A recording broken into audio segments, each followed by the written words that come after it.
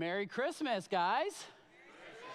Hey, if you're in the room, we're excited to see you. If you're online with us, man, we're excited to be with you as well.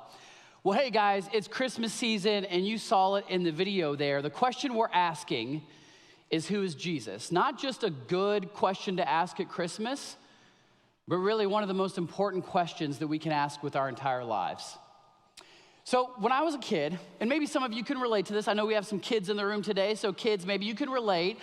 Kids, how many of you would say you're afraid of the dark? It's okay if you're too cool to admit it, but yeah, we've got a couple adults that are afraid of the dark. That's okay, those are my people, I get you. So when I was a kid, I was afraid of the dark. And I had to have night lights, and my dresser always looked like a monster, and any of my toys always looked like snakes in the middle of the night. And you think that I would grow out of that fear of the dark.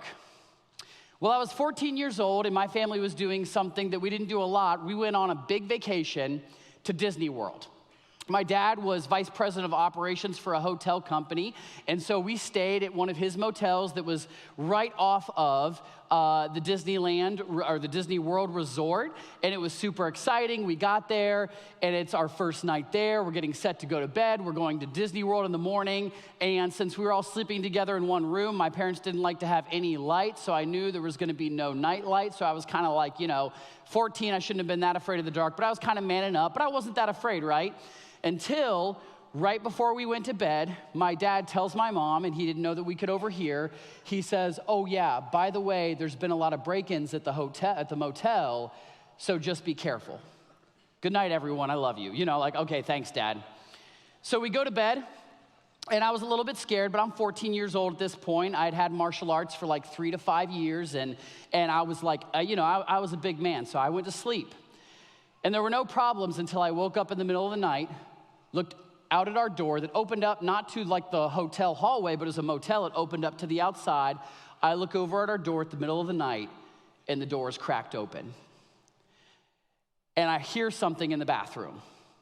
So I look over, I see my sister sleeping on the couch. I look over where my parents are sleeping, and true to form, they have like the blankets over their head, the pillows, but there was a dad-shaped lump and a mom-shaped lump. So instantly I'm scared.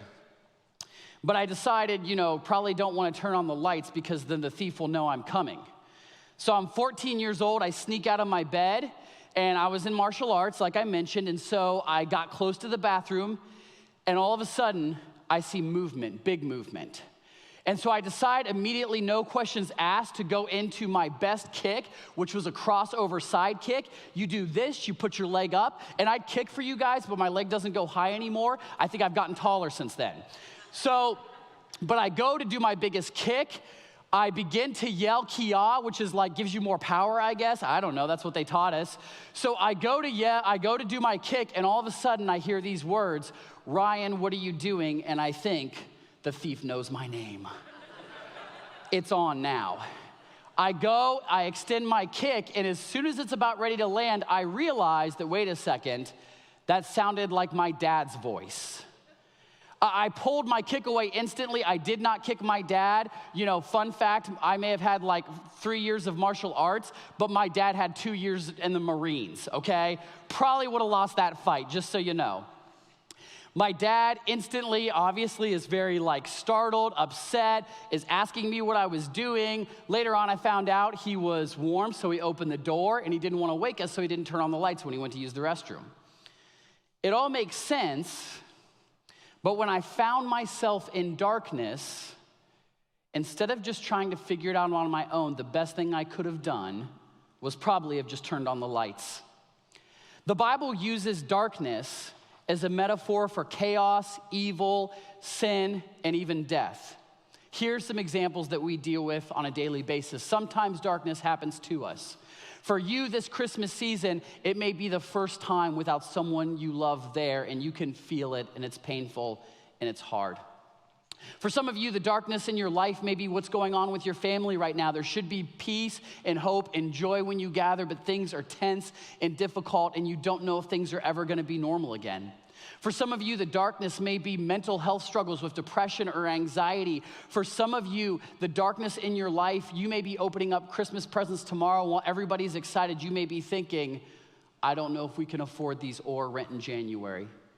Sometimes we choose to walk in darkness. Maybe you've made some terrible decisions, or you struggle with an addiction, and the guilt and the shame and the consequences are just more than you can bear. I think we all know that darkness is real, but Christmas time is a good time to remember, but there's also hope. Luke and Matthew contain stories of Jesus' birth, and that's where we get all the stories about the shepherds and the angels and the inn and baby Jesus. But I want to take us to a different gospel today that tells about Jesus' birth from a different angle. We're going to look at the Gospel of John, and instead of getting a narrative, we actually get a poem about what it meant that Jesus came into the world. And John answers the question, who is Jesus? And so today I want to read for you John chapter 1. And I want you to look for every time you hear and see the word light. Let me read this to you. In the beginning was the Word, and the Word was with God, and the Word was God. He was with God in the beginning, and through him all things were made. Without him, nothing was made that has been made. Now pause there for a second and let me explain that. John is essentially riffing off Genesis chapter 1. In Genesis chapter 1, it says that God created the whole universe, and he did it with his words. He said light, and there was light. He said, let there be animals, and there was animals. God spoke, and things happened. What John is telling us is he's saying that Jesus, he is those very words that God used, that he was with God in the beginning, and that he was God. Verse 4, and once again, this is talking about him. In him, Jesus, was life, and that life was the light of all mankind. The light shines in the darkness, and the darkness has not overcome it. There was a man sent from God whose name was John. He came as a witness, testifying concerning that light, so that through him all might believe. He himself was not the light. He came only as a witness to the light. The true light that gives light to everyone was coming into the world. He was in the world, and though the world was made through him, the world did not recognize him. He came to that which was his own, but his own did not receive him. Yet, and this is the exciting part, to all who received him, to those who believed in his name, he gave the right to become children of God. Children born not of natural descent, nor of human decision, or of a husband's will, but born of God. The Word became flesh and made his dwelling among us. We have seen his glory, the glory of the one and only Son who came from the Father, full of grace and truth. And so John says that at Jesus' birth, something amazing happened. He says that light came into a dark world. And so what did that mean to John, and what should that mean to us? A couple of things. First of all, this passage says that light brings life. And I don't know how good you are with science, but I think we all kind of know that without light in our world, without the light from the sun, without light, we would not exist. The earth would be too cold. Plants would not have fuel for photosynthesis. We would run out of food. Life just does not work. Now, obviously, people lived before Jesus, right? But what John is trying to communicate is that when Jesus came, a new kind of life was possible. Jesus put it this way in John 10. He said, I have come that they may have life and have it abundantly. If you're one of the ones who decides to follow Jesus, the idea is that you begin to have a life now that is more abundant, that is filled with more joy, more peace, more happiness, more hope, and that life starts now and goes on for all eternity. John also says that the reason it's so important that Jesus is the light is that light defeats darkness. And if you think about it, you know this is true as well. Think about every time in your life when you've lit a candle. When you go to light a candle, nobody ever says, hey, wait, it's too dark in here, that light won't work. When you turn on a flashlight, you have never seen darkness beat it. You have never turned on a flashlight, right? And then all of a sudden it doesn't work, and you're like, oh, it must be too dark in here, and that's why the flashlight doesn't work. It doesn't mean that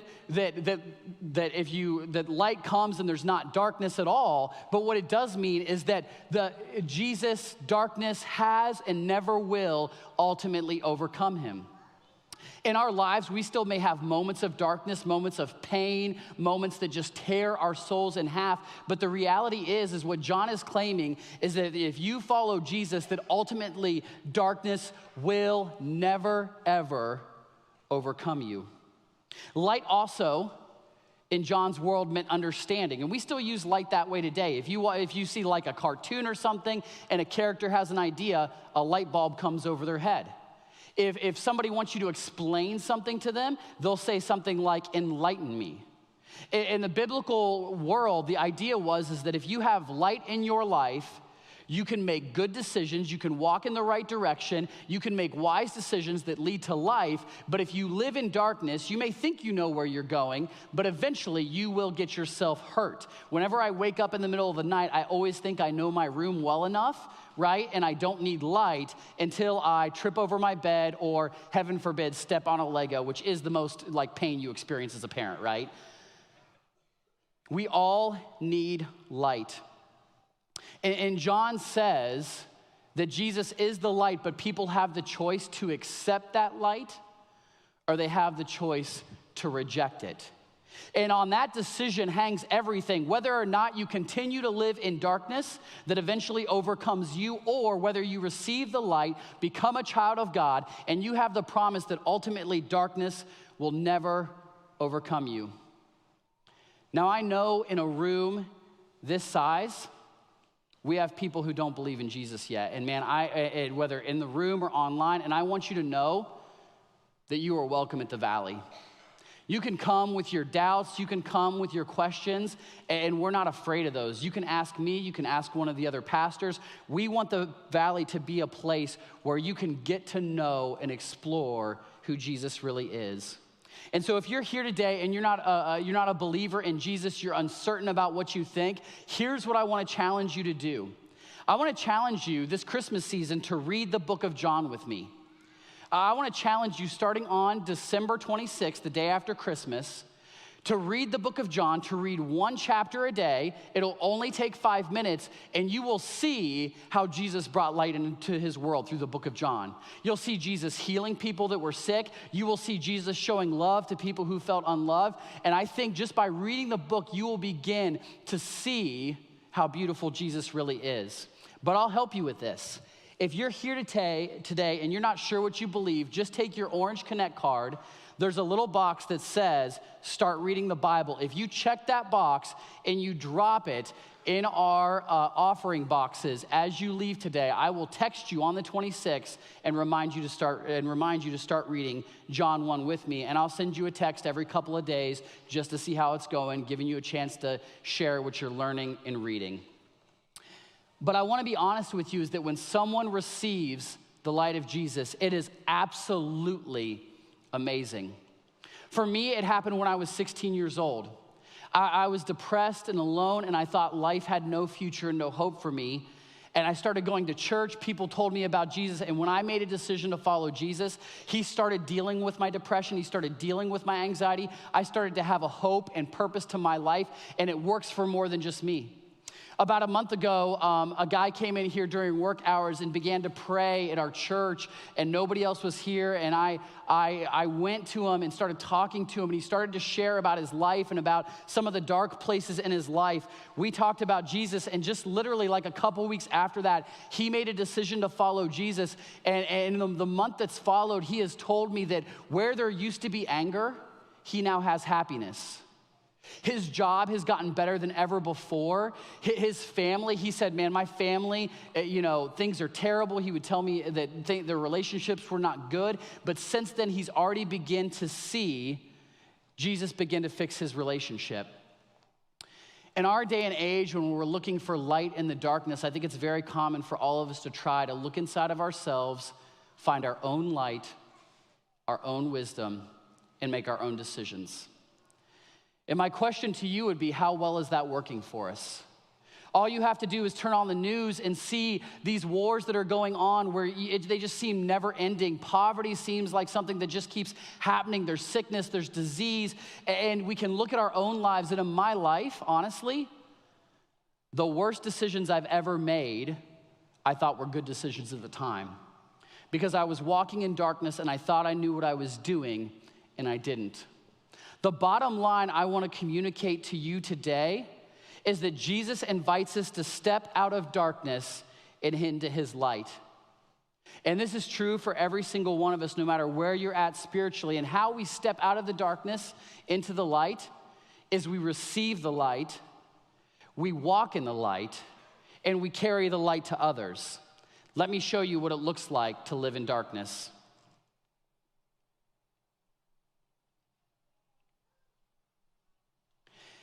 And so, when we're living in darkness, it's hard to see, it's hard to make decisions. I think right now that I can see well, but the reality is if I start walking around on this stage, I will probably fall off and hurt myself and maybe somebody else.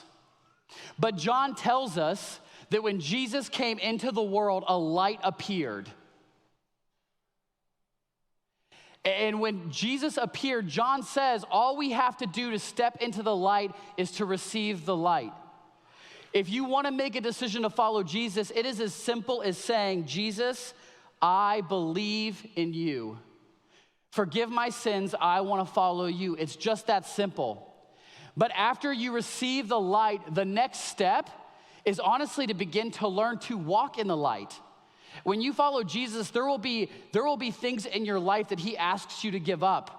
Maybe some ways in which you treat other people. Maybe that secret addiction that you're ashamed to talk to others about. He will tell you when you start to sin and mess up, and you will feel conviction all of a sudden, where maybe you never felt it before.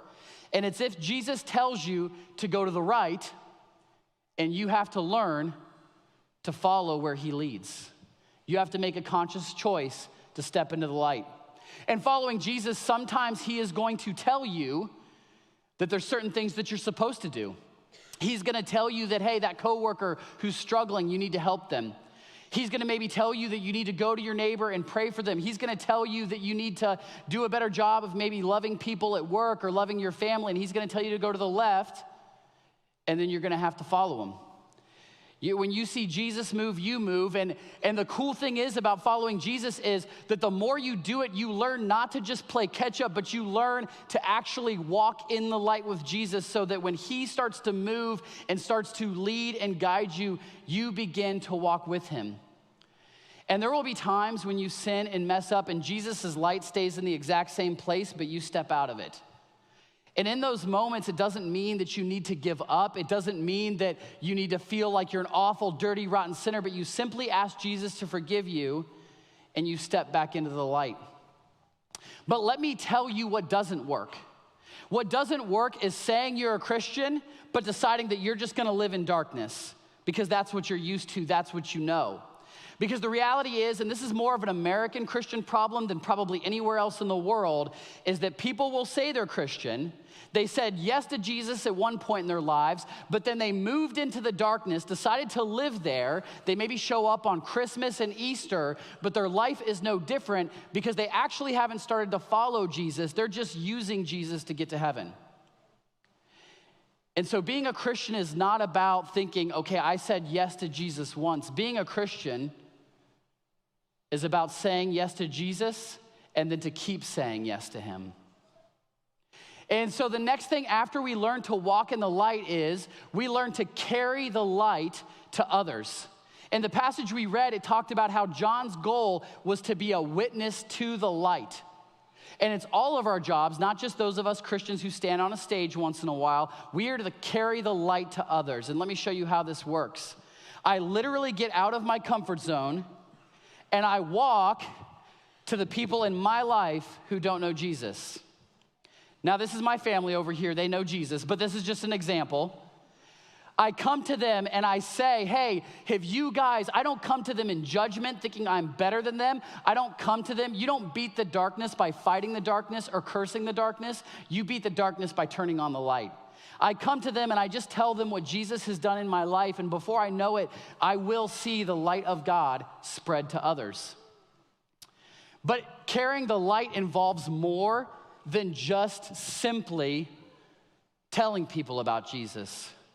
Carrying the light also means we do what Jesus did. We see Jesus pray for people and they get healed. When you have a sick friend or a neighbor, you pray for them. We see Jesus went to the people who nobody talked to and he showed them love and care. I think I meet a lot of people who want to know God's will, and I think the best way to find God's will is honestly to look in your home, in your community, or your place of work. Find some place that is dark and take the light into the darkness. Trust that Jesus is going to be with you. In John 9:5, Jesus says something really interesting. Jesus says, while I am in the world, I am the light of the world. And that really caught me off guard this week because Jesus said, while I'm in this world, and I thought, well, Jesus, does that mean that when you're not in this world, you're not the light anymore? And I think what Jesus meant is that he expects us to carry the light.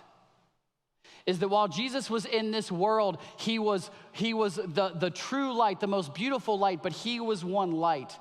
And the reason he went to the Father and gave us the gift of the Holy Spirit is so that we could take his light in ourselves and go to the dark places in our community. One way you can do this is through the Love Does offering. You see, with the Love Does offering, we do this every year at Christmas. 0% of this money goes to the Valley Church. It goes to our nonprofits in the area. It goes to people in our community that we have identified as they have a need, and we want to step into the darkness and be a light. And I would recommend giving to that. Over even just my 3 years at the Valley, we have given tens of thousands of dollars to those in need. And so I would encourage you this Christmas season to think about, where is Jesus calling me to be a light? Where in your family is there darkness? Where in your community is there darkness? That's where you're probably called to go. On the screen, I want to give you a chance to respond to this message. On the screen, you will see this prayer. It talks about Jesus being the light of the world. It talks about believing in his life, death, and resurrection. It talks about asking him to forgive your sins and a commitment to follow Jesus. And if you're here today and you are a follower of Jesus, I want you to say this with me as a way to express to Jesus like who we are as a people and what we plan to do. But if you're here today